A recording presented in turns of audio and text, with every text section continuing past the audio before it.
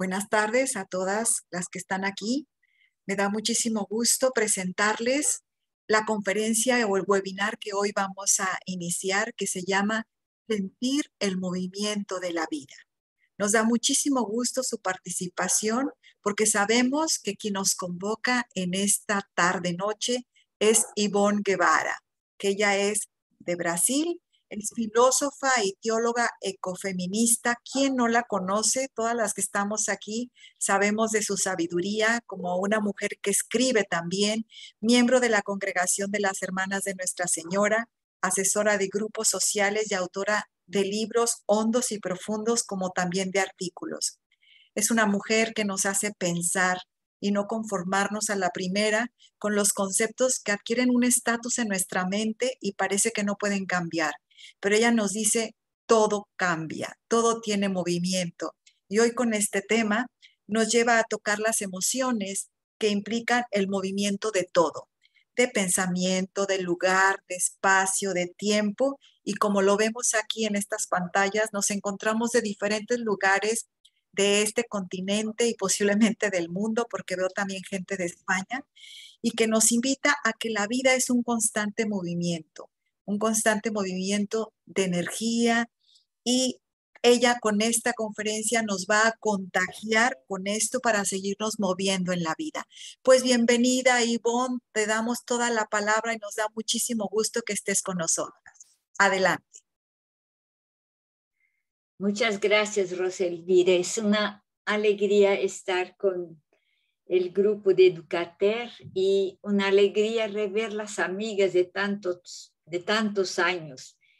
Pienso que por nuestras edades esta temática es importante, sentir el movimiento de la vida para educarnos por ella.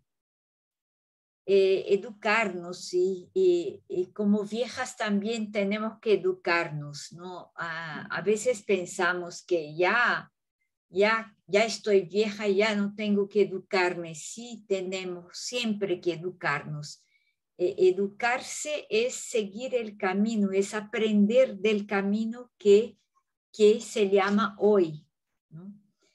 Y entonces empiezo con una breve introducción, después un desarrollo de la temática y quiero que tomemos un tiempo para compartir, hacernos preguntas, ayudarnos mutuamente a partir de nuestras vidas. Entonces, ¿qué quiero decir con sentir el movimiento de la vida?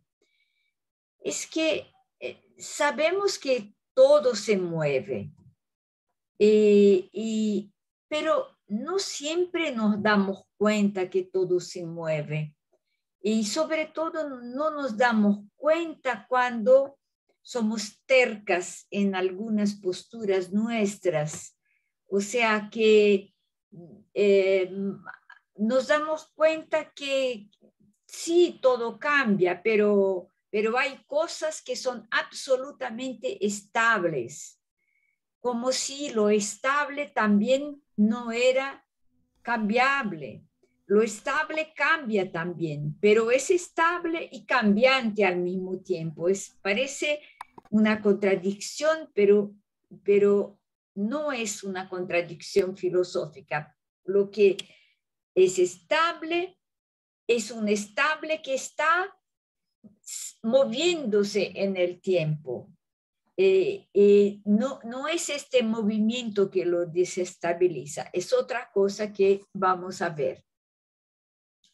Así que podemos decir que todo fluye a partir del presente. Es en el presente que tenemos conciencia y es en el presente que podemos recuperar el pasado, pero el pasado que recuperamos ya no es más el pasado, es un pasado de memoria, no es un pasado presente. Y esto es muy importante, ¿no? Porque a veces decimos, tal grupo vive del pasado. No vive del pasado, vive el presente, pero desde modelos del pasado que creen poder traerlos tal y cual al presente, pero se tornan absolutamente anacrónicos y sin lugar. Entonces, la memoria nos trae el pasado y a través de la imaginación pensamos el futuro, pero el futuro tampoco es real. El futuro es también para nosotros imaginario. Imaginamos un futuro, queremos un futuro. Lo que es real es nuestro presente, son nuestros condicionamientos de presente. Así que podemos decir que estamos siempre a vueltas con la cuestión del tiempo. Y como si el tiempo fuera una cosa. El tiempo no es cosa. El tiempo es parte de esta realidad, digamos, universal, cósmica, que está siempre en movimiento, siempre en movimiento. Y a veces pensamos que no, que hay movimiento y hay estabilidad, y la estabilidad es no moverse. Esto no existe. Lo que existe es el movimiento, y el movimiento mantiene la vida. Y es el movimiento que me dice que estoy mirando un fruto, una manzana, por ejemplo, o una naranja, y ¿cómo sé que está madura? Porque la miro, porque digo que pasa algo que se llama tiempo en ella para que esté lista para ser comida, saboreada como fruta. Y algunos frutos no llegan a su plenitud y caen antes del tiempo. Bueno, en esta perspectiva que me gustaría reflexionar con ustedes sobre la relación entre movimiento y estabilidad, entre el tiempo de ayer, el tiempo de hoy y el tiempo de mañana. Pero todo esto en el hoy, porque el hoy es el momento concreto de mi historia. Entonces, claro que estoy introduciendo una reflexión más bien filosófica, pero es una reflexión que necesitamos en este tiempo que es el nuestro. ¿Y por qué necesitamos? Porque estamos teniendo y hemos tenido la tentación, por ejemplo, de decir que nuestra esperanza está en el futuro. Muchos de nosotros ya vivimos lo futuro que esperábamos. Lo que esperábamos no sucedió como lo esperábamos. Así de nuevo, lo que proyectamos como futuro es una idea, es un pensamiento. Y entonces es muy importante para no crear en nosotras ilusiones que no llevan a nada. Entonces, ¿qué es esto que llamamos tiempo? Es una pregunta que hay que hacerse. Y el primer punto que quiero desarrollar es movimiento y estabilidad. De una forma general, nosotras todas sabemos lo que es el movimiento y lo que es la estabilidad. Si estoy sentada mirando la TV, digo que estoy en estabilidad. Pero ¿por qué estabilidad? Solo sentarse en una silla es estabilidad. Vamos más allá que estas cosas. Vamos a intentar perceber que a partir de nuestros cuerpos, de nuestras ideas, hay cambios que nos damos cuenta. Y nos damos cuenta, por ejemplo, de los cambios de nuestras creencias. Y esto para mí es importante subrayar. Como hay una grande parte de mujeres religiosas aquí, cómo nuestras creencias han cambiado. de lo que hemos vivido como creencia a lo que estamos viviendo hoy como creencia. Por supuesto, me refiero al cristianismo. Entonces, si por un lado sabemos bien que movimiento y estabilidad son experiencias, no son cosas, son experiencias, pero las aprendemos en nosotras, pero tenemos mucha dificultad de aprenderlas en un mundo más amplio, en fenómenos culturales más amplios, como por ejemplo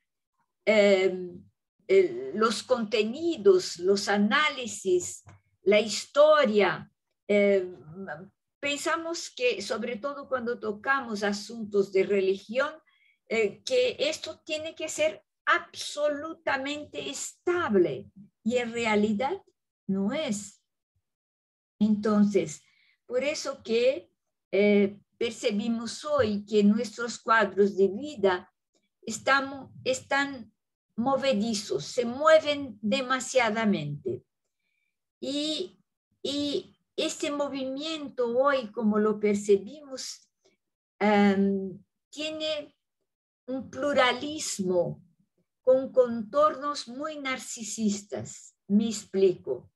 O sea que, claro que todo se mueve, claro que yo me muevo, claro que ustedes se mueven, pero también el mundo hoy se mueve como si cada individuo pudiera ser su propio eje e imponer al mundo lo que quiere del mundo. O sea que esto que llamo de contornos narcisistas que nos invaden de una tal manera que perdemos los parámetros necesarios para mantener nuestra vida común. O sea, así que estamos siempre en movimiento, pero hay un movimiento actualmente que es tan espantoso, tan movedizo, como yo lo explicaba, porque son tantas cosas que hay que aprender al mismo tiempo, son tantas cosas que tenemos que buscar, que actualizarnos, y al mismo tiempo como que buscamos un punto de estabilidad, quizás necesario para pensar la vida. Sospecho que va un poco por ahí. También los intereses del mundo capitalista.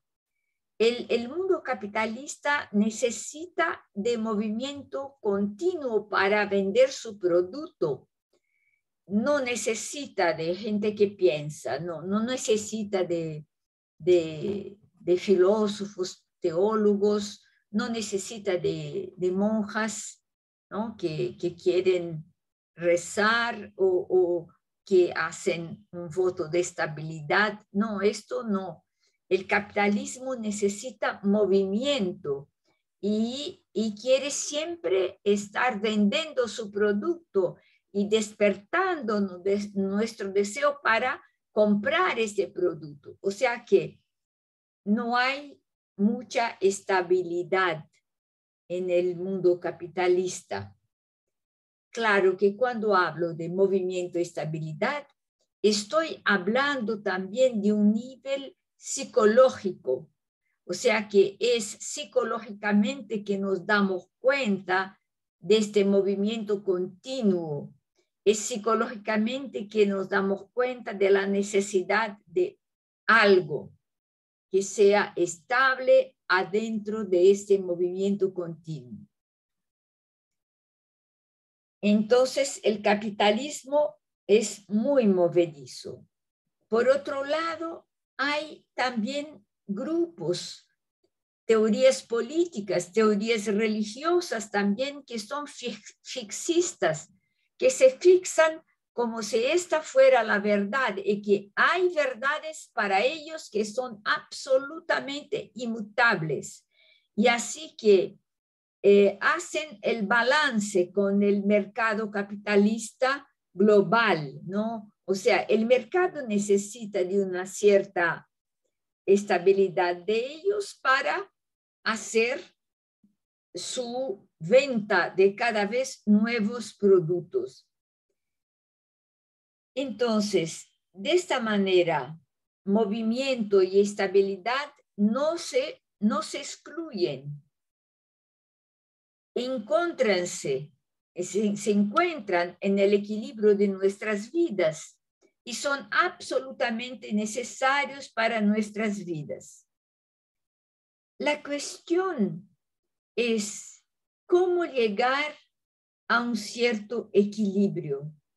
¿Cómo hacer esto en relación a los dogmas educacionales y a los dogmas religiosos que hemos recibido como cosas inmutables en nuestras vidas? ¿Cómo acoger el movimiento con cierta estabilidad y la estabilidad con cierto movimiento? O sea, ¿cómo hacer que el movimiento sea acogido y cómo hacer con que la estabilidad, aunque sea una estabilidad también psicológica, sea acogido? Entonces esto me abre para una cuestión que siempre trato, que es la cuestión de la interdependencia.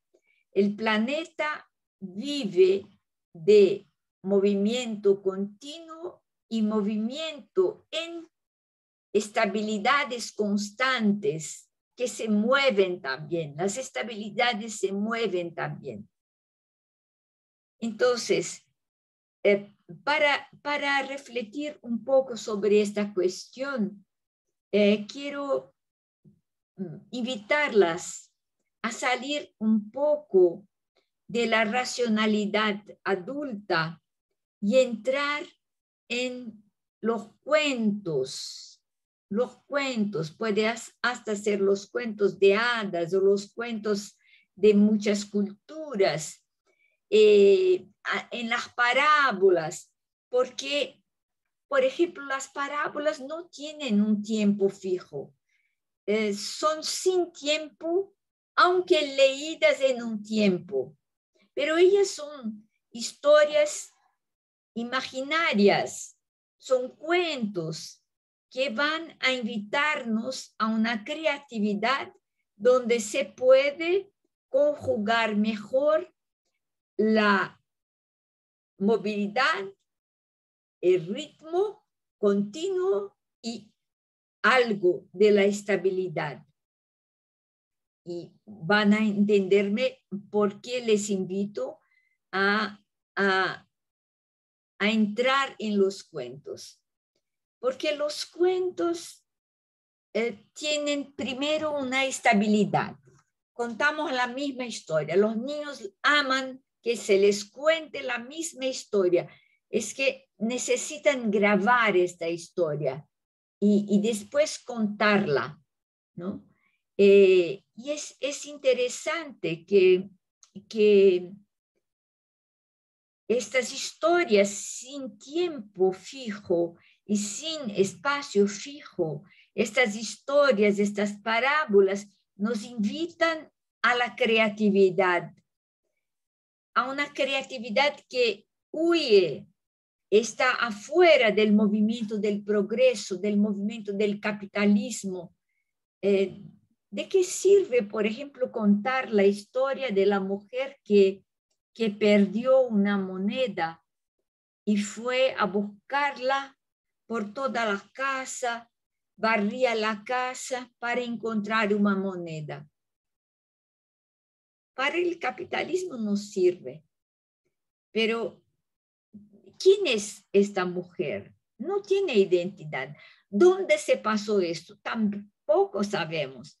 Pero es interesante, se puede leer esta historia en América Latina, se puede leer esta historia en China, se puede leer esta historia en India, se puede leer en Líbano, en muchas partes del mundo se puede leer esta historia. Y Caperucita, por ejemplo, se puede leer también la historia de Caperucita.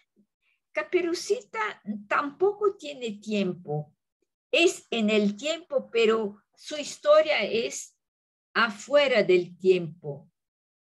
Y entonces, estas historias contienen una cierta estabilidad porque no tienen un tiempo fijo y indican la increíble movilidad de nuestras interpretaciones, la movilidad que nos permite llamar unas a otras la atención a un detalle que quizás no estaba previsto en los autores de esta historia, pero interpretamos y al interpretar como que inventamos una nueva situación.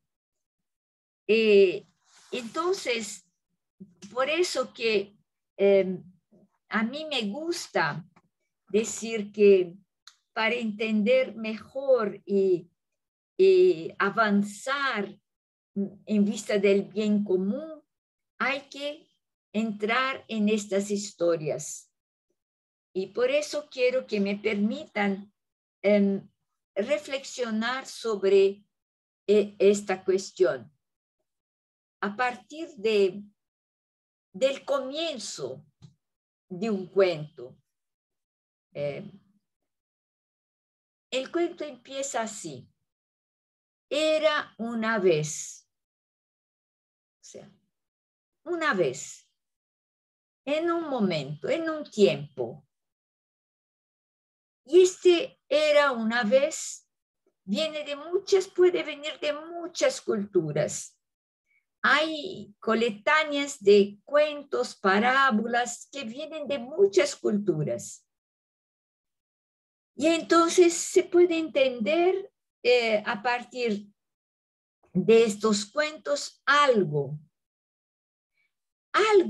de la cultura y algo más allá que la cultura, algo que toca el comportamiento humano, algo que revela o que nos revela a nosotros mismos, aunque no esté totalmente escrito en el cuento, podemos adivinar cosas, poner cosas. Me acuerdo, por ejemplo, de una vez que participé de un bibliodrama y yo era una participante. Era la parábola de la moneda perdida. Y no sé por qué yo, no sé si escogí o si me designaron, creo que escogí ser la moneda perdida. Y así que todo el desarrollo de la historia y finalmente la dueña del bolso con las moedas me vio escondidita así en el canto del salón y dice, aquí está la moneda que yo buscaba. Y quiso tomarme para ponerme en su saco. Yo resistí, es impresionante, pero resistí. Yo no quiero entrar en tu saco, yo no quiero. Y ella venía, mas tú eres mía, no, yo no soy tuya. Yo de repente me di cuenta que cambiaba la historia. ¿Y por qué cambiaba la historia? Porque algo se cambiaba en mí, algo se despertaba en mí. Y hemos tenido que terminar el bibliodrama sin que la mujer recuperase la moneda perdida, porque la moneda perdida no quiso entrar en el saco de la mujer. Bueno, esto para decir, ¿qué hay aquí? ¿Qué problemas aparecen? No estamos haciendo teorías, pero estamos permitiendo que la vida venga. Estamos permitiendo sentir la vida, sentir el movimiento de la vida, acoger este movimiento. Entonces, era una vez. El era una vez, como decía, se presenta sin un tiempo exacto. No hay siglo, no hay año, no hay hora, no hay día. Tampoco no hay un lugar fijo. Era una vez nos invita a salir de nuestro mundo habitual e imaginarnos provisoriamente en otro mundo, como si fuéramos personajes de otro mundo, diferente del nuestro. El era una vez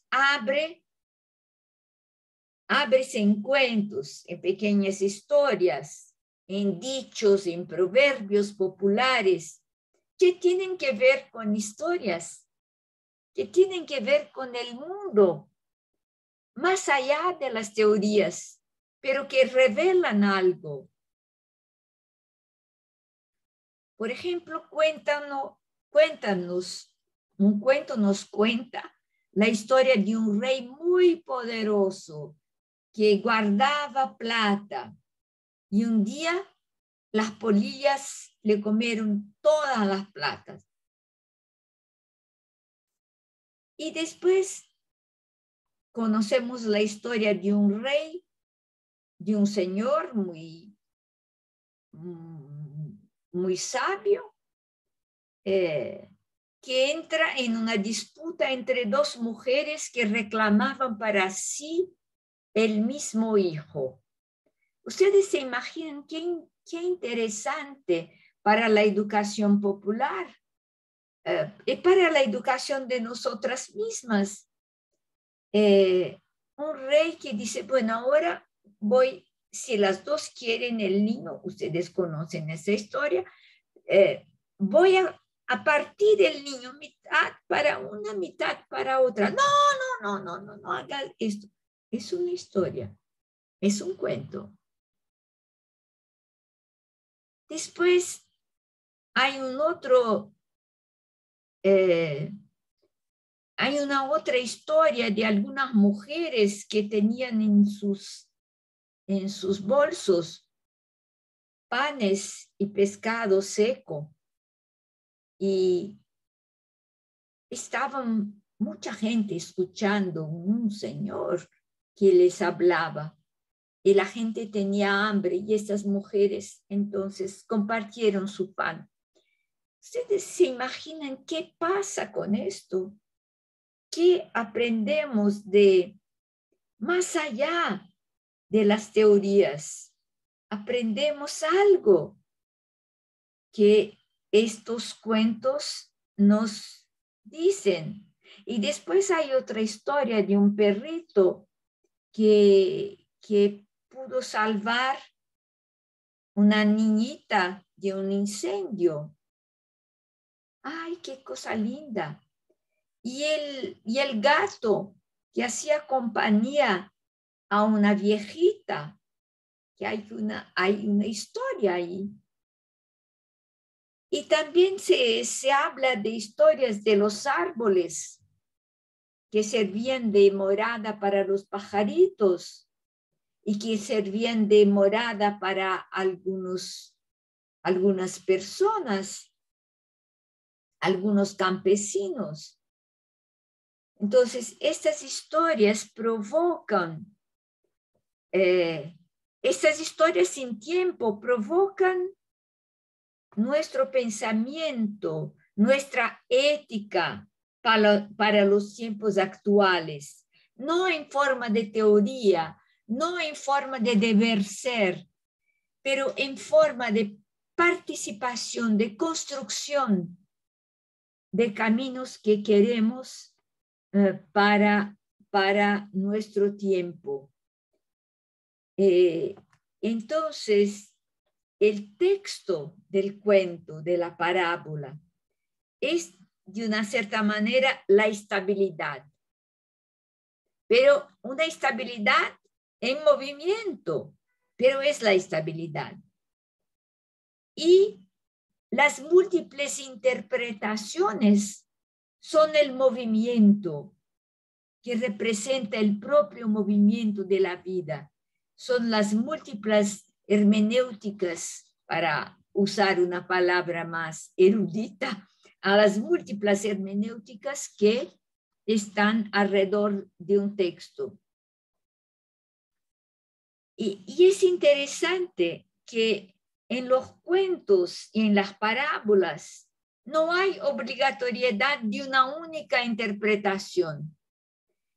Desgraciadamente, los teólogos patriarcales han impuesto su interpretación a cada texto bíblico y han tornado dogmáticas algunas afirmaciones, otras no. Todas las que tienen que ver con las mujeres no son dogmáticas. Entonces, quédense contentas con esto. Entonces, ¿qué quiero decir? Que en los cuentos y en las parábolas no hay una sola interpretación posible. Hay múltiples, porque cada una de nosotras percibe algo de la vida. Cada una de nosotras presenta una interpretación. Si ustedes no les gusta mi interpretación, no importa, hagan otra y otra. Los cuentos pueden contarse de muchas maneras. Podemos sacar, por ejemplo, del cuento de Caperucita muchas cosas. Algunas personas van a decir, qué pena que mataran el lobo. Sí, y no van a decir, qué pena que se murió la abuela. Pero otros van a decir, sería bueno que no se matara el lobo y tampoco la abuela. Y otros van a decir, mira, Caperucita tiene que ser contada para decir que las niñas corren peligro de estupro. Hay muchos lobos queriendo comer las niñas. Esto les digo, ¿cuántas miles de interpretaciones podemos dar a una historia sin tiempo, sin espacio? Y por eso hay que, no es mi tema, pero lo indico, hay que rescatar las parábolas, muchos textos del Evangelio, de la Biblia, como cuentos y permitir que nuevas interpretaciones se hagan. Y así que nos damos cuenta con estas historias que cuando nos preguntamos ¿qué es el tiempo? Y vamos a ver que el tiempo no es una cosa. El tiempo es nuestra condición. El tiempo es nuestra realidad que fluye, continuamente fluye. Por eso las parábolas pueden ser una forma educativa que nos permita sentir el movimiento del tiempo y al mismo tiempo buscar una cierta estabilidad para avanzar. Entonces, también las parábolas nos pueden provocar indignación. Por ejemplo, la historia del hombre herido y que es ayudado por el samaritano. Y miren, en las tradiciones populares hay miles de historias así que tendríamos que rescatarlas hay gente que ayuda y hay gente que no ayuda y que después es castigado o olvidado. O sea que si somos capaces de tener en cuenta el valor de la vida o si corrimos al ver a alguien caído en la calle, ¿no? Entonces, ¿qué nos sugiere esto? Nos sugiere la necesidad actual de inventar otro sistema social, un sistema más equitativo, porque somos capaces de indignarnos con lo que pasa hoy, pero no sabemos qué caminos buscar, qué caminos encontrar. En la sociedad en la cual nosotros vivimos, la sociedad tecnológica, la sociedad científica, ella nos da soluciones para nuestros celulares, para nuestra webinar, para otras cosas que hacen, ¿no? Que van a buscar todos estos elementos que se construye un celular, una computadora y que se puede hacer comunicación a larga distancia. Son, digamos, elementos que salen de la tierra y van a buscarlos en tierras africanas. Eso no nos damos cuenta. Y al buscarlos, hacen salir las poblaciones y las grandes empresas toman cuenta de estos materiales que nos sirven para nuestra comunicación. Y ni siquiera nos damos cuenta de la cantidad de gente que ha sido muerta, que está hambrienta, porque la tecnología avanzó de una tal manera que incluso no nos dice de dónde sacan estos materiales, de dónde sacan estos elementos que construyen las grandes máquinas, las grandes armas, los foguetes atómicos, que todo eso es de la misma tierra. De la misma tierra se destruye la tierra, de la misma inteligencia del ser humano se destruye el ser humano.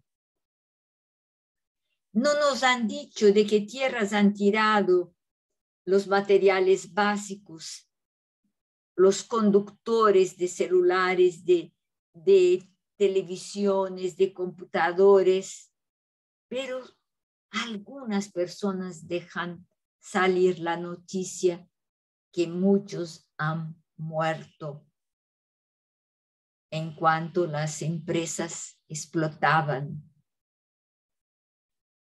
Entonces, los cuentos, las parábolas, las historias sin tiempo amplían nuestra conciencia, nos hacen levantar preguntas, porque son más allá que nuestra familia, que nuestra patria, que nuestra iglesia, son sin tiempo, en el tiempo. Y esto es muy importante. Además, creo que es importante decir que en nuestro tiempo, aunque tenemos tantas cosas nuevas, estamos desarrollando una sensación de impotencia que toma el más profundo de nosotras mismas, porque nos damos cuenta que es el progreso cuesta la muerte de mucha gente. El progreso cuesta la muerte del planeta. El progreso está costando la muerte de florestas, de ríos, todo eso. y de repente hay que volver a los cuentos, dejar que los animales nos hablen, que los árboles nos hablen, que hagamos la revisión de nuestros conceptos desde otros métodos de conocimiento. Entonces, ese momento creo que hay que tener claro que el universo es, y nosotras en este universo, que la tierra y nosotras en esta tierra es un continuo estar siendo, no es un ser, es un sendo. Y me permiten decirlo también, Dios lo mismo.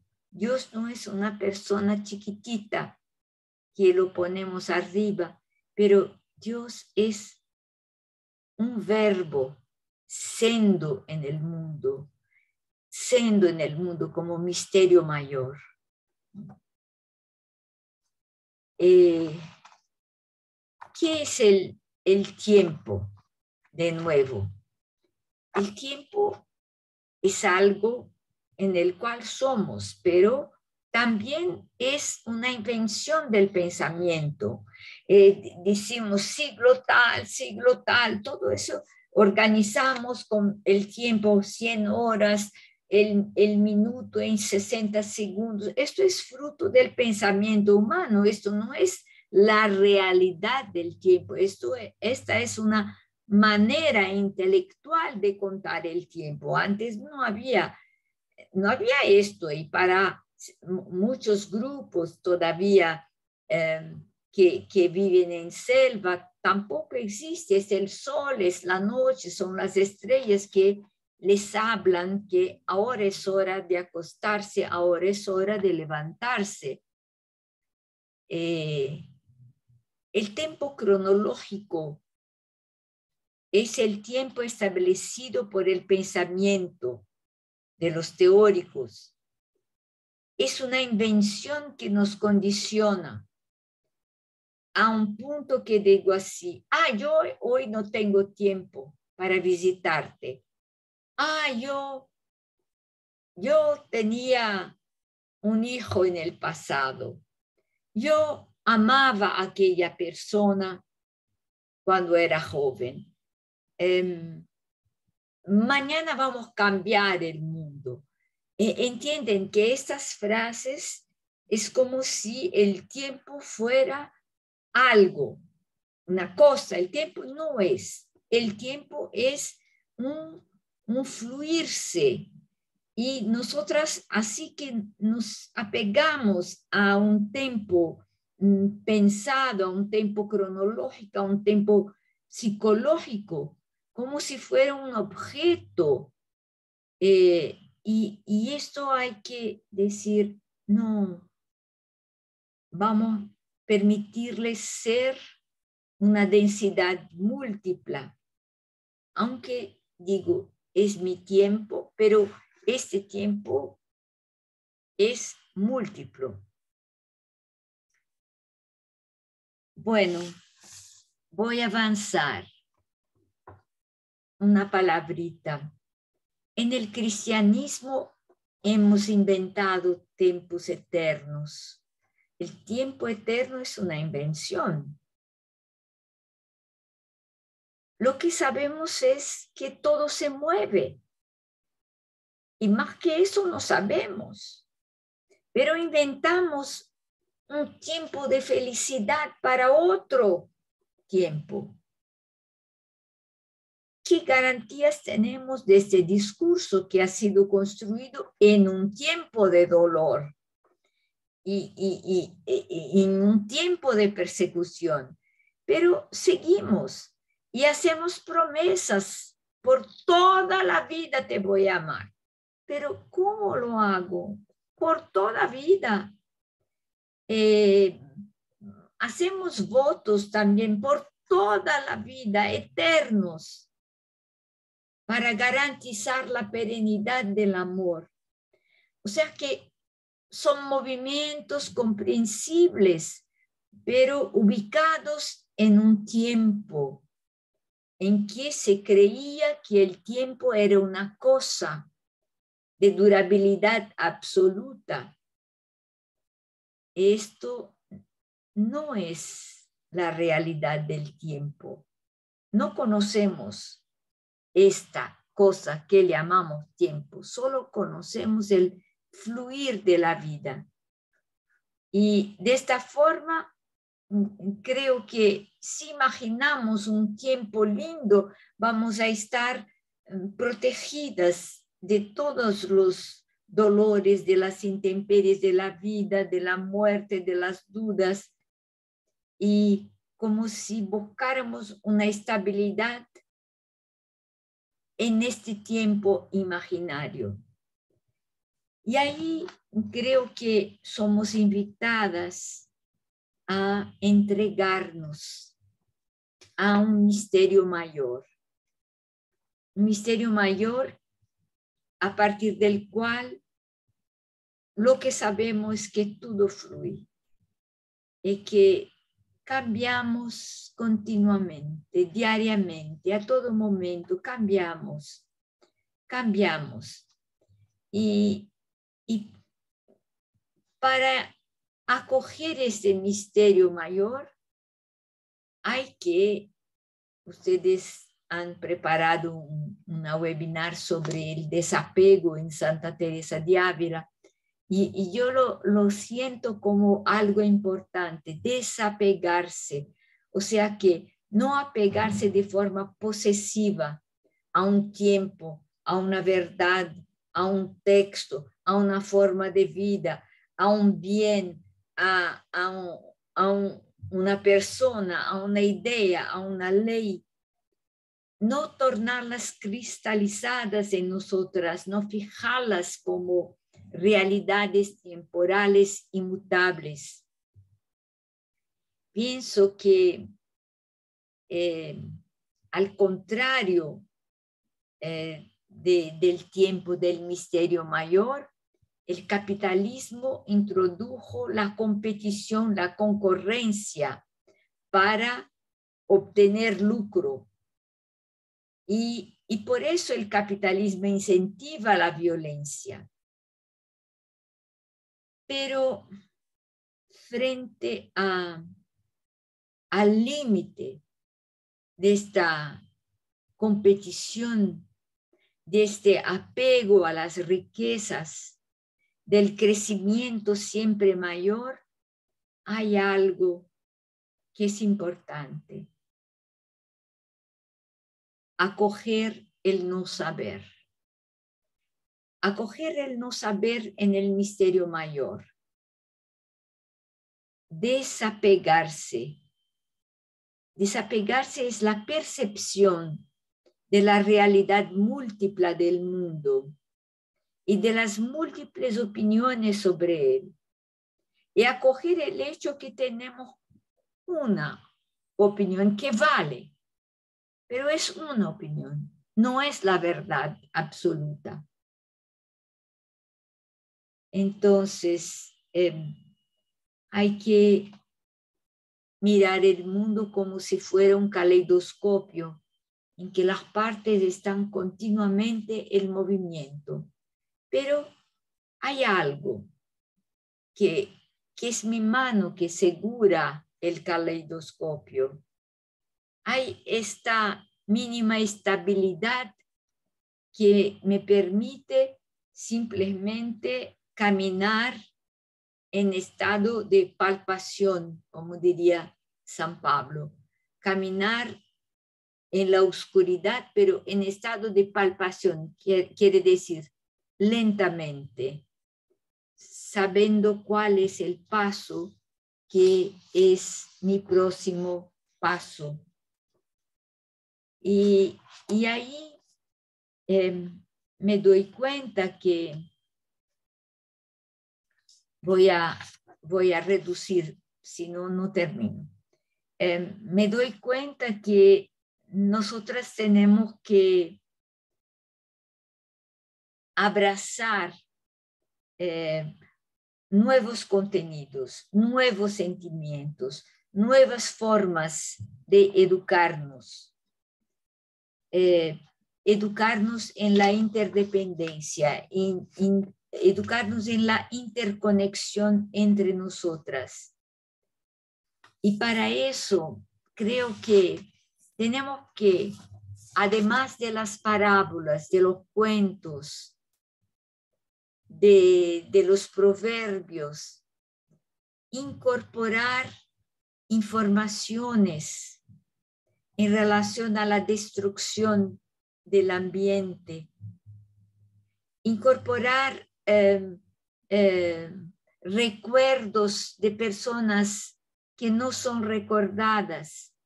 Por ejemplo, las personas que trabajaran en el campo, en las periferias de la ciudad, que no son recordadas, no son historia, integrarlas en nuestra historia, integrarlas como memoria. Pensé en Berta Cáceres, en Chico Mendes, en Dorothy Stank y tantas otras personas que ustedes conocen, centenas, para que percebamos que las luchas han sido tan diversas. Adentro de este mundo capitalista también hay luchas diversas. Otra cosa es abrir espacios para que acojamos la diversidad de personas, de sexualidades, de identidades de género, la diversidad que constituye la naturaleza, percibir cuánto dependemos de esta diversidad y alargar nuestros espacios de convivencia humana. Tornarnos un poco como Francisco de Asís, hermanos de los animales, de las plantas, de las estrellas del mar, hermanos, porque en realidad somos todas y todos de la mismísima substancia, con algunas diferencias que nos hacen ser lo que somos. Y finalmente, también pienso algo, que tenemos que alargar los espacios intergeneracionales. Yo no sé si ustedes sienten que nosotras mujeres de los 50 para arriba o 60 para arriba, estamos un poco aisladas, no por voluntad propia, pero no hay mucho interés de otras generaciones de convivir, de saber lo que pensamos. No es lo que hemos pensado ayer, es lo que pensamos hoy. Entonces, ¿cómo promover esos espacios de intergeneracionalidad para convivir y sentir lo que hay que mudar en nuestro tiempo y lo que hay que conservar de nuestro tiempo? Sentir lo que hay de riqueza en las parábolas viejas y lo que hay de riqueza en las nuevas parábolas, porque hay muchas. El otro día yo leía una parábola de Clarice Lispector, un cuento que ella decía que una vez una esperanza, en portugués, esperanza es un bichito así bien pequeñito, verde, con patitas bien finitas, ¿no? Y ella hacía la relación entre el insecto esperanza, de patas tan finitas, tan debilitas, y que no se puede pegar. Si tú la pegas, la matas. Y con la esperanza que tenemos en la vida. Entonces, la esperanza como algo frágil, cambiante, que es necesaria, pero es demasiado frágil. Entonces, todo eso para decir que nuestra percepción del mundo tiene que tener el debe ser, cambiar el debe ser al siendo, dar esta fuerza al movimiento y al mismo tiempo tener puntos de estabilidad, una estabilidad que también es móvil para permitir que pensemos proyectos, que avancemos, que demos pasos para incluirnos en una historia mayor. Gracias. Ahora a ustedes las preguntas. Lo más importante es esto para mí.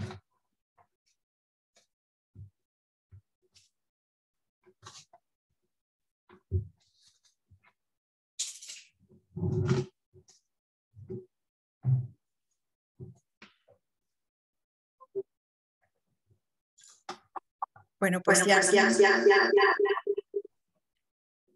si alguien tiene preguntas para hacer, con toda confianza pueden abrir su micrófono, levantar la mano, o si alguien lo quiere hacer por el chat, ya se lo compartimos a Ivonne.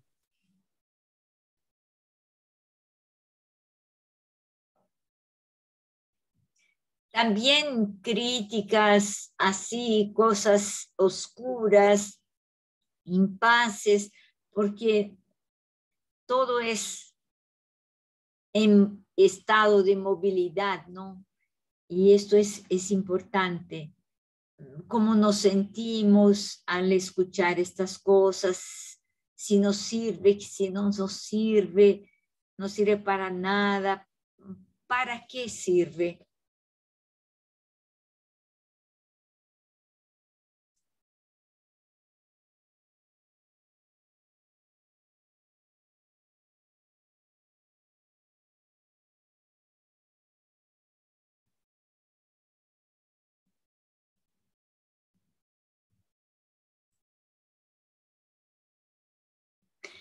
Si alguien dice, Eva, parece que el movimiento es de muerte hoy, sí, sí, porque el proyecto capitalista que se piensa no permite la cantidad de gente que hay en el planeta.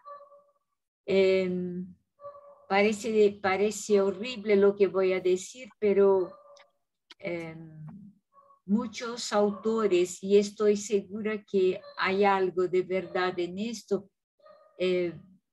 dice que promovemos continuamente guerras, movimientos de exterminio, y esto porque ya no se soporta más la cantidad de consumo que las personas necesitan.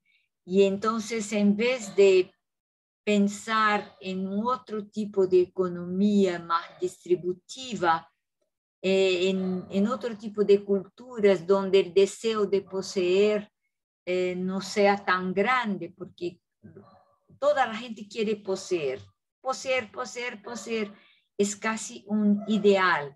Poseer la casa, poseer un coche, poseer una casa de campo, poseer plata para viajar, poseer, como si el poseer fuera el objetivo de la vida. Y así que como no es posible que todos posean lo mismo, hay que eliminar. Y por eso estoy de acuerdo cuando se dice que hay movimiento para la muerte antes de la muerte, ¿no?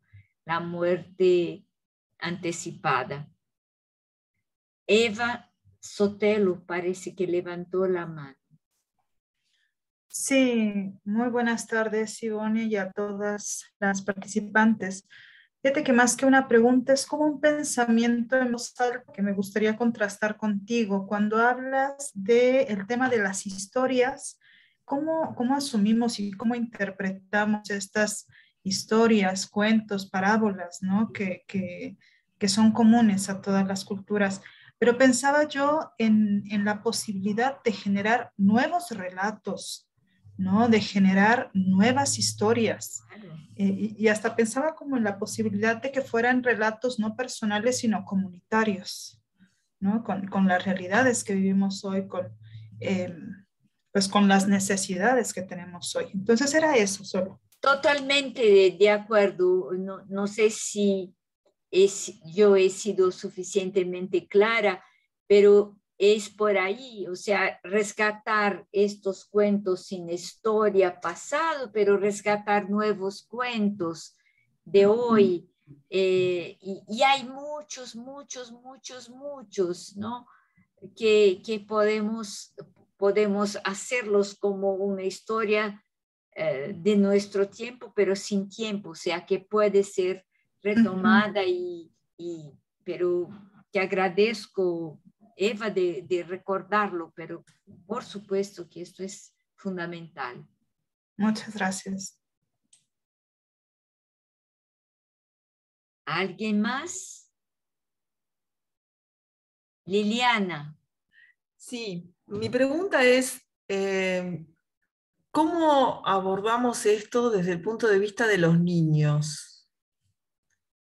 ¿Cómo podemos ayudar a que los niños tengan esta visión de la vida? Sí. Tocas un problema muy serio, ¿no? Porque el trabajo con los niños tiene que ser el trabajo también con los papás y las mamás. Y no sé cuál es la experiencia de ustedes, pero aquí en Brasil hay una experiencia horrible de polarización política.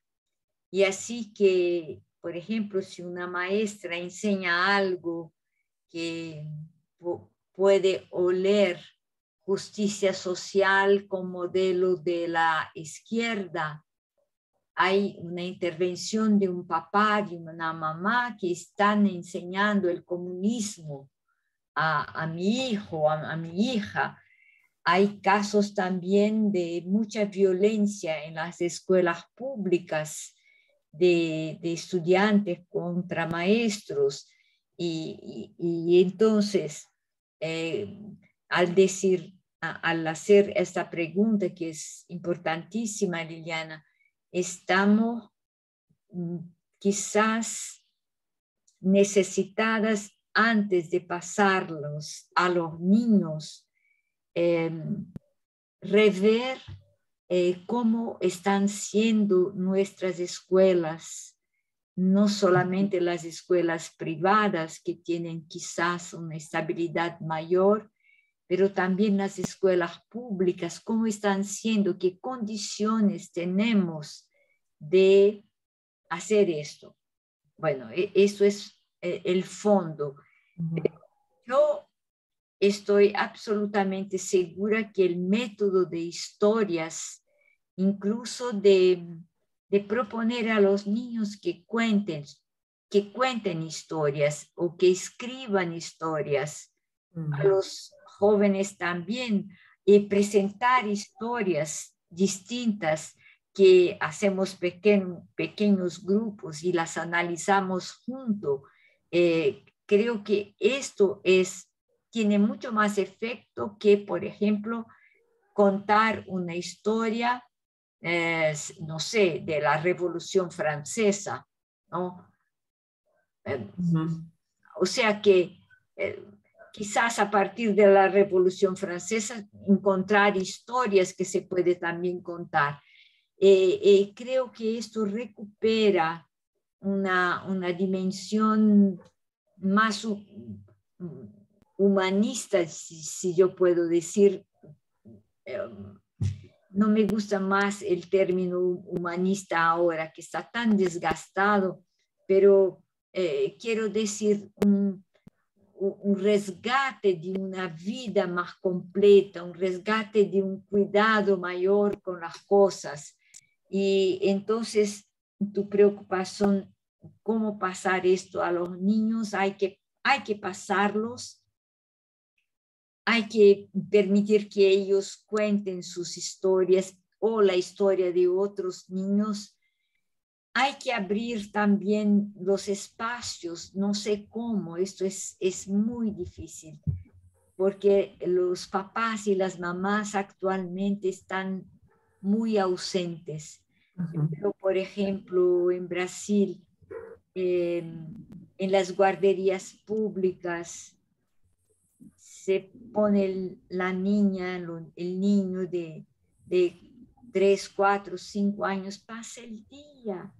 El único contacto que va a tener con el papá, o más bien con la mamá, porque el papá también es muy ausente, es por la noche. Pero asimismo, adentro de esta precariedad, yo pienso que el contar, no solo escuchar la historia en el teléfono, esto lo hacen, o por los dibujos animados también lo hacen, pero usar la palabra, usar la escritura, ¿no? Incentivar que se haga eso me parece fundamental. Muchas gracias, muchas gracias. Ahora, Yudalis Mirabal. Dales. Buenas tardes a todos y buenas tardes, Ivonne. Realmente muy bonita la plática y nos pone un poquito en sintonía, también un poco con esta parte de hacernos conscientes.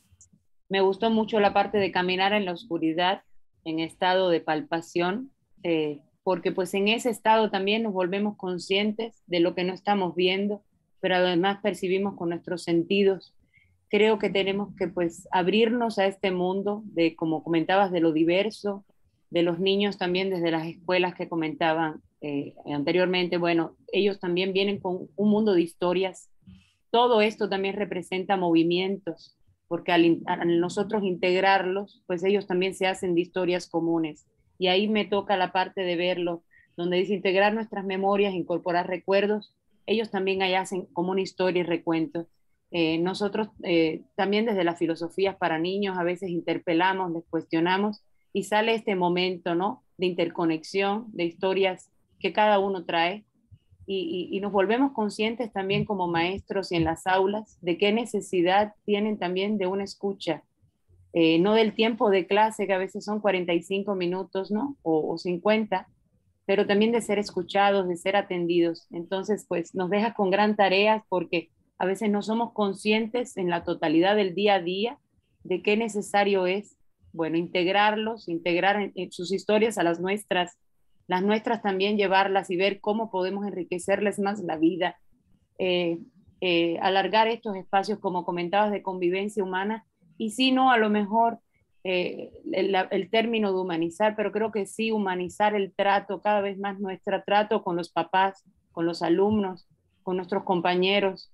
ver a lo mejor desde el otro lado lo que no se percibe, no podemos palpar, que vienen cargando a veces con historias que no han podido contar, que no han podido hablar. Y bueno, me encantó esta parte de abrazar esta interconexión entre nosotros y darnos dependencia, o sea, darnos espacio para que se genere también esta conectividad y bueno, desde lo consciente. Yo creo que tenemos que recuperar la conciencia para poder brindarnos y abrirnos más a todo el movimiento que viene y los cambios, ¿no? Que vienen desde la misma comunidad, desde la necesidad y demás. Muchas gracias. Gracias. Yudalis, permite solo explicar por qué yo tengo algún problemita con actualmente, antes no tenía, pero ahora sí, con el término humanización, humanizar, creo que es por el uso indebido, sobre todo aquí en Brasil, por los políticos. Todos quieren humanizar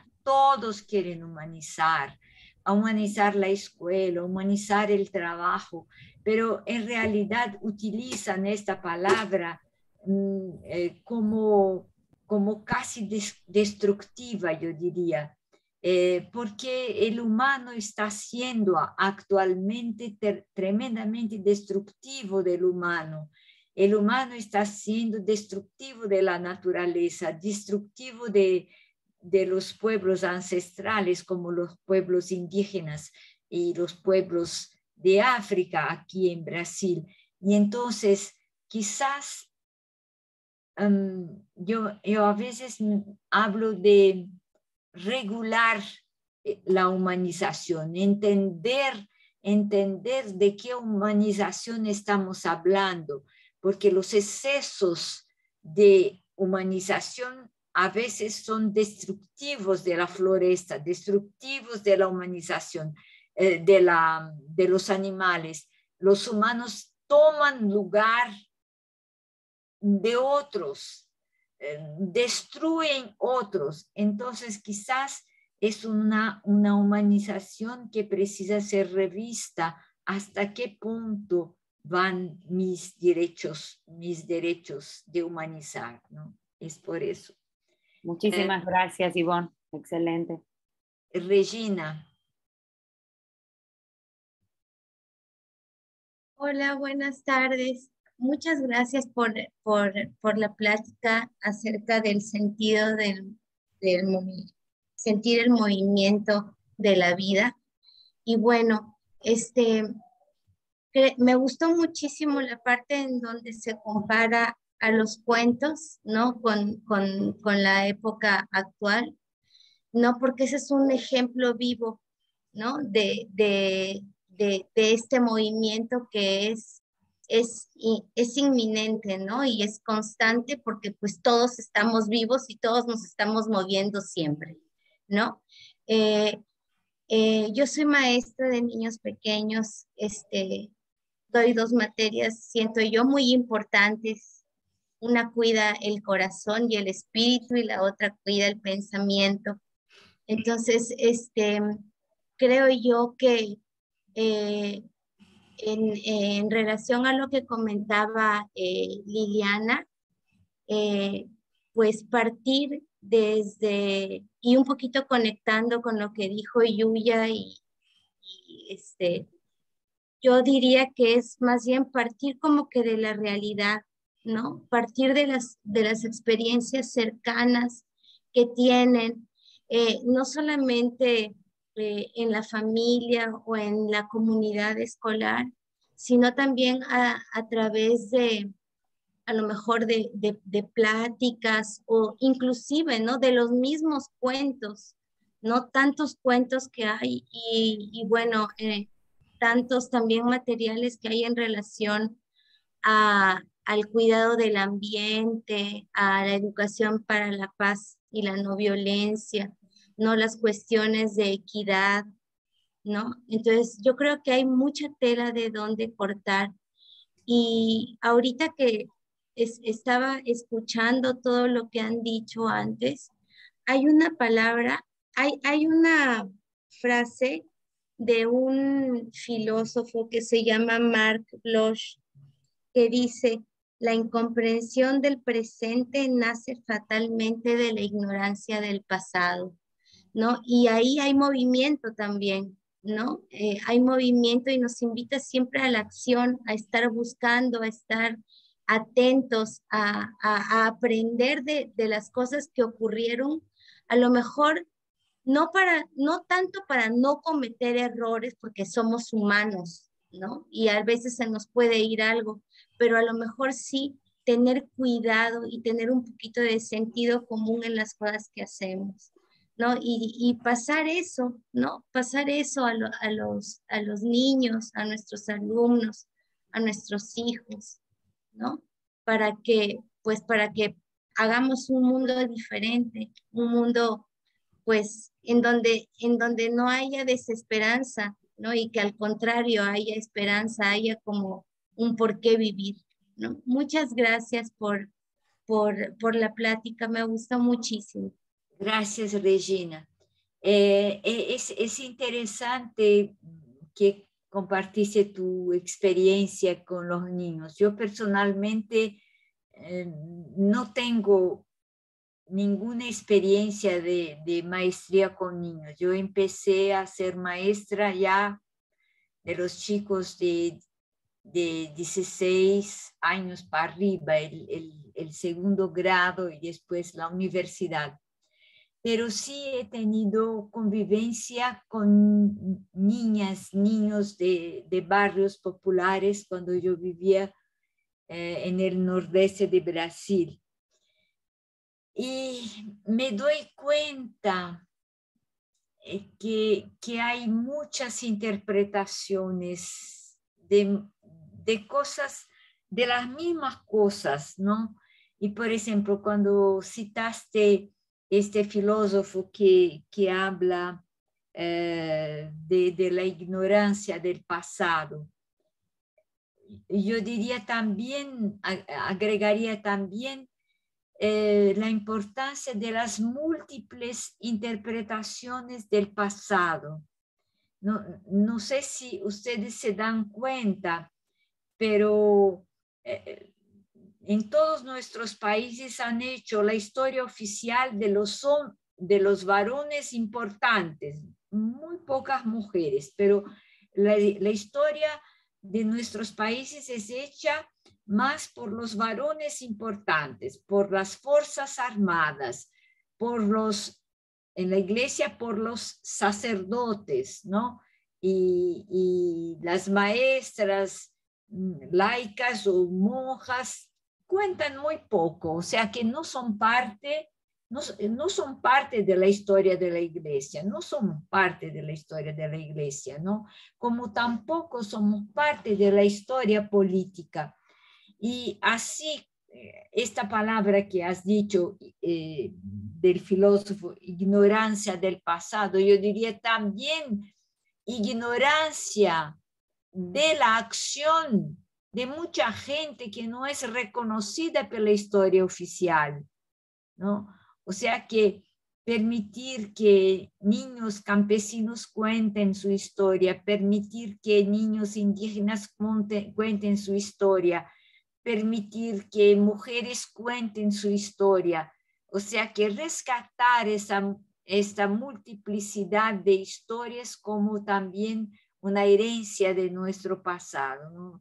Solo para comentar esto que has dicho y comentar la frase del filósofo que tiene su importancia, pero hay que agregar que todas las interpretaciones de la historia son siempre a partir de una perspectiva. No nos entregan toda la historia, como si ahora yo les pidiera que cuenten tu historia, vas a dar un pedacito de tu historia, quizás lo menos importante de tu historia, ¿no? Aunque vamos a decir que escribiste un libro, Regina ha escrito un libro sobre niños de 5 años, invento un título. Bueno, quizás eso es algo importante, pero quizás tu historia es mucho más que este libro que has escrito, ¿no? Esto que quería decir. Pero como es un ambiente más académico, entonces vamos a hacer un corte y decir que Regina es escritora, ¿no? Entonces, cada vez tenemos que tener claro que las historias son siempre limitadas y son siempre perspectivas y no toda la historia. Es parte de la vida. ¿Quién más? Había una comunidad, pero creo que tenía mala señal y se fue. Pero aquí en el chat pone a alguien que le gustaría saber si hay algún libro de parábolas que les puedas recomendar. Bueno, lo que puedo recomendar es que saquen las parábolas del Evangelio, pero también inventen desde el Evangelio las parábolas. Por ejemplo, ¿por qué no contar que dos mujeres embarazadas se encontraran y estas mujeres se ayudaran? Bueno, inventen la historia, siguen inventando.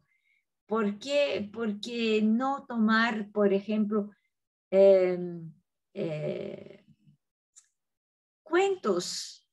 cuentos populares, ¿no? Como la historia de este bichito que se llama Esperanza.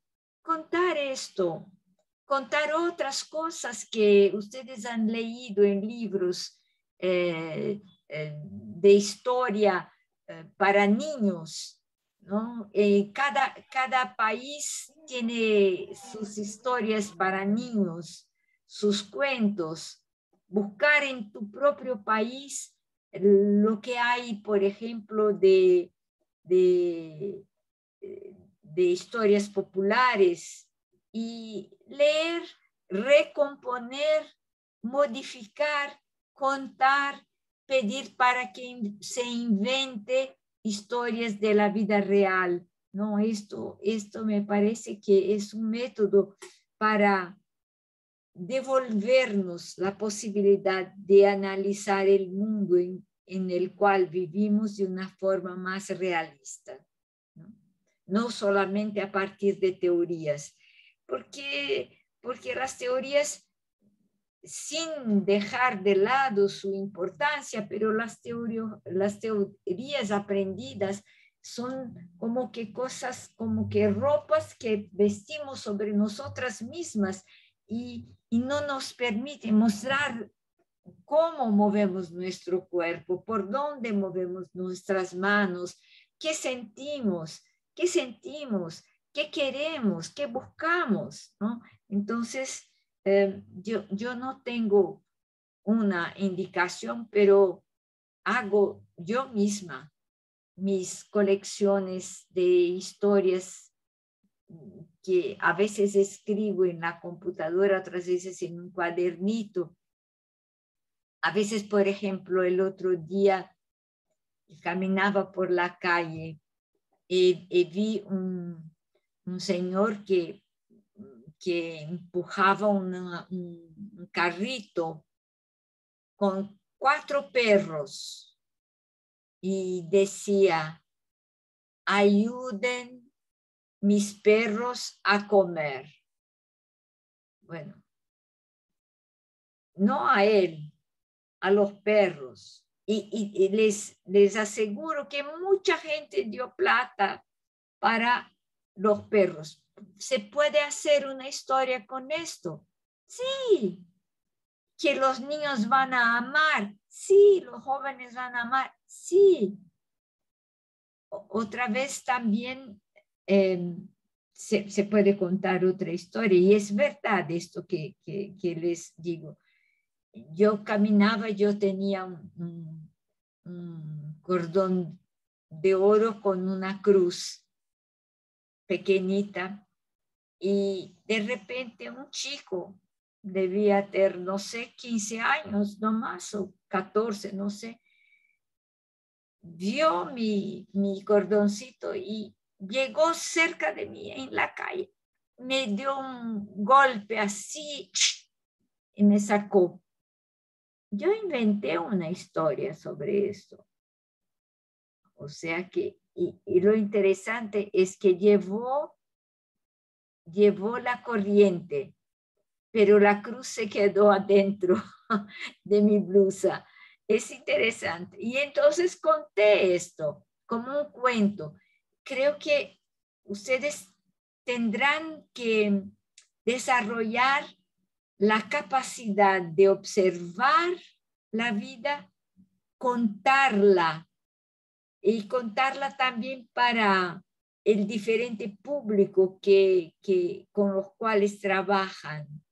O pedir para que, por ejemplo, los niños observen la calle. Ahora es un poco difícil, pero aunque difícil, es posible. Observen y cuenten una historia, o hagan un juego de contar. Por ejemplo, uno empieza a contar una historia, el otro continúa, y después sacamos el caldo que está más fuertemente presente en esa historia.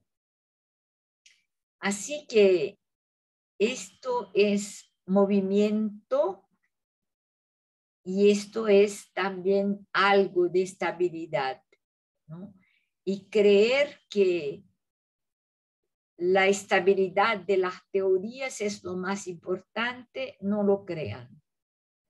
Que la estabilidad de los dogmas religiosos es lo más educativo para la vida cristiana, no lo crean. Crean que es la movilidad de la vida, que suscita la ética, que suscita comportamientos de ternura, de amor. Esto es lo más importante y esto es lo que nuestro mundo más necesita. Rosita. Sí, buenas tardes para todas. Gracias, Ivonne, por estas intuiciones que nos estás regalando. Y a mí me surge de compartir actitudes. Me iban surgiendo como sentimientos y actitudes a medida que te iba escuchando, que tiene que ver con la confianza en nosotras mismas. Y que frente a muchas situaciones, esta sospecha, como una actitud de sospecha, nos hace bien, y también creer en nosotras, en lo que intuimos, en lo que va surgiendo también en grupos, en distintas con pequeñas comunidades de diálogos, ¿no? Que creernos. Y también me surgía esta necesidad también de despojarnos, de la que hablabas, y a la vez de la fluidez, porque todo lo rígido, todo lo que rígido que hay en mí, hay en las instituciones o hay en grupos, no contribuye a esta recreación de la vida. Y cuando terminaste de hablar y con todo lo que estamos compartiendo aquí, me surgía una sonrisa. ¿Cómo decir? Bueno, todo es, todo lo que vivimos, vivirlo también desde esa sonrisa que sospecha, pero que también acepta lo diferente. Y me encantó cuando afirmabas, ¿no?, que es todo movimiento requiere de cierta estabilidad, y cómo los dos van al mismo tiempo, porque también si retiramos todo, no tenemos dónde apoyarnos. Y en la transición siempre hay puntos de estabilidad que quizás nos sostienen por un momento, pero que después, inclusive quizás lo dejamos, pero mientras tanto es como necesario para seguir avanzando. Y me venía esta imagen de cuando uno está en un río o tiene que atravesar, ¿no? Y a veces hay maderas flotantes y a veces las necesitamos para poder atravesar. O caminar, y después encontraremos otras, pero mientras tanto nos vamos apoyando en lo que tenemos, sabiendo que creciendo en la conciencia de que nada es para siempre o es eterno. Gracias por esos aportes que también son lucecitas que van como confirmando las intuiciones que junto con otras vamos teniendo. Gracias, Rosita. Quiero rescatar dos cositas que has dicho que me parece fundamental en todos los procesos de movimiento, estabilidad, también inseguridad que tenemos, ¿no? Que es esto que has dicho, creer en nosotras. Es que de hecho no creemos mucho en nosotras, nos defendemos, ¿no? Pero no creemos. ¿Qué quiere decir creer en mí? Es creer que soy habitada por la vida, soy habitada por una vida creativa y que esa vida creativa me da autoridad, ¿no? Y me da autoridad para ser con otros, porque no soy sola, no puedo ser sola, pero desarrollar el creer en sí mismo, ¿no? Y esto para mí es algo de una profunda, de un profundo conocimiento, ¿no? Que digo, creo en mí, ¿no? Creo en mí, o sea que que creo que voy a ser capaz de dar un paso, aunque, como has dicho, la imagen es muy bonita, ¿no? Tengo que atravesar un río y solo tengo pedazos de madera flotante y voy me equilibrando, pero si me equilibro en una madera flotante es porque confío en mí, es porque creo en mí. Entonces esto es algo que me parece fundamental en todo el proceso educativo. Creer en sí, ¿no? Cuando alguien dice, no, yo no creo en mí, yo creo en Dios Padre Todopoderoso. Digo, qué pena, porque Dios Padre Todopoderoso, si es todopoderoso, está en ti, ¿no? Tú estás en Dios Padre o tú estás en Dios simplemente y Dios está en ti. Entonces, no hay esta dualidad, esta separación, como si hubiera una imagen, una cosa superior, pero estamos en esta realidad mayor, ¿no? Entonces, creer en sí es fundamental. ¿Alguien más?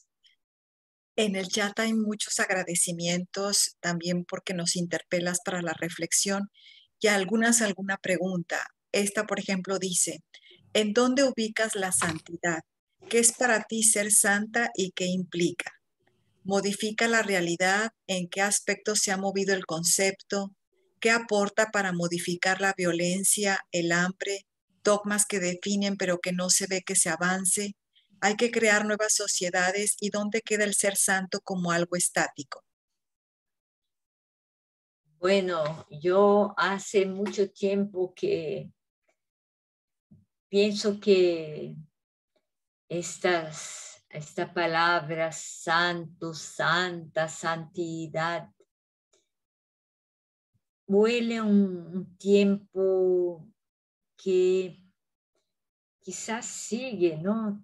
No, quizás sigue, no, con certeza sigue, pero ya no me habla. Para mí no habla, mi corazón no habla. Y siento que no tenemos que ser santos. ¿Qué es ser santo? ¿Qué es ser santo? Yo no sé. Cada vez menos sé qué es ser santo. Y no me gusta la palabra santo, como si ninguna persona es santa. Y todas somos en algo mayor, que es una mezcla. La vida es una mezcla. Y la vida y la muerte se mezclan. Entonces, por ejemplo, cuando digo yo me refiero a Teresa de Ávila, yo no me refiero a Santa Teresa de Ávila, que la santificaron después de muchos años, ¿no? Y no es el hecho de santificarla que la hizo Teresa, no es el hecho de decir que la Virgen María está en los altares, que es santa y poderosa. No es esto. Esto es una construcción para mí de un tiempo y desgraciadamente sigue ese tiempo. Yo hablo así que desgraciadamente porque ahora quieren hacer de la fundadora de mi congregación una santa. Yo soy contra, pero no importa, van a hacerla. Es que ninguna persona es modelo para ninguna otra. Cada creatividad, cada criatura humana es una. Y yo no puedo ser, no soy copia de ninguna mujer, otra mujer. Y no quiero ser copia para ninguna otra. Entonces, esta idea viene de que podríamos imitar algunas personas y en general los santos y santas que nos proponen tienen a veces límites de locura, ¿no? No comían, no bebían, dormían en piedras. Y esto ya no cabe en nuestro mundo. Y además hay en esto toda una manipulación enorme de los pobres. Yo no sé si ustedes han leído, pero si se interesan, hay un libro de un autor francés, disculpe, me olvidó su nombre. Escribió un libro que se llama Lourdes, que es sobre las apariciones de la Virgen en Lourdes. Es, ay, Dios mío. Si ustedes buscaren van a encontrar, pero su nombre me puede volver hasta el final. Pero él escrito este libro sobre Lourdes y porque era católico y frecuentó Lourdes y después fue absolutamente condenado por la iglesia porque mostró la competición que había entre grupos de sacerdotes, unos que querían que la nueva iglesia construida fuera en un lugar y otro en otros. Algunos recibían plata de gente que construía hoteles para un lado y para otro y incentivaban el pueblo enfermo, gente enferma a venir a pedir a la Virgen y cuando no había milagros, entonces era una tragedia porque la Virgen no dio y después la Santa Bernadette no quiso. Esto es una tragedia. Esto es una tragedia que sigue muy fuerte, muy fuerte. Puedo entender que puede crear alguna ayuda, ¿no? Pero no creo que por ahí va la tradición de Jesús.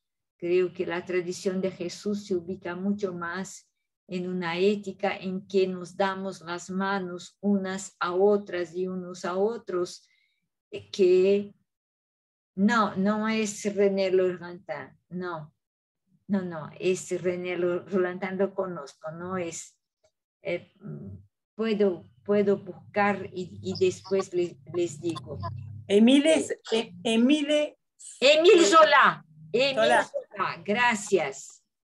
Lourdes, de Émile Zola. Muchas gracias. Émile Zola es un escritor francés del siglo XIX. Es impresionante este libro. Es impresionante cómo se prepara entonces la gente y los trenes que salen de París y de otros lugares de Francia que llegan con los enfermos malísimos en sus lechos, y con enfermeros e enfermeras, los trenes de primera clase, de segunda, de tercera para los pobres que no tienen ni siquiera pan para el día siguiente. O sea que él muestra toda la contradicción de la religión de los milagros, de la religión de la santidad. Yo diría, como utilizando el profeta Miqueas, que hay que caminar con el corazón abierto a la acogida de los otros, caminar con Dios en dignidad y no crear supercriaturas, no hay supercriaturas, hay criaturas, ¿no? Y esta espiritualidad de santidad, de querer ser santo, no quieren ser santas, por favor, ¿no? Quieren ser mujeres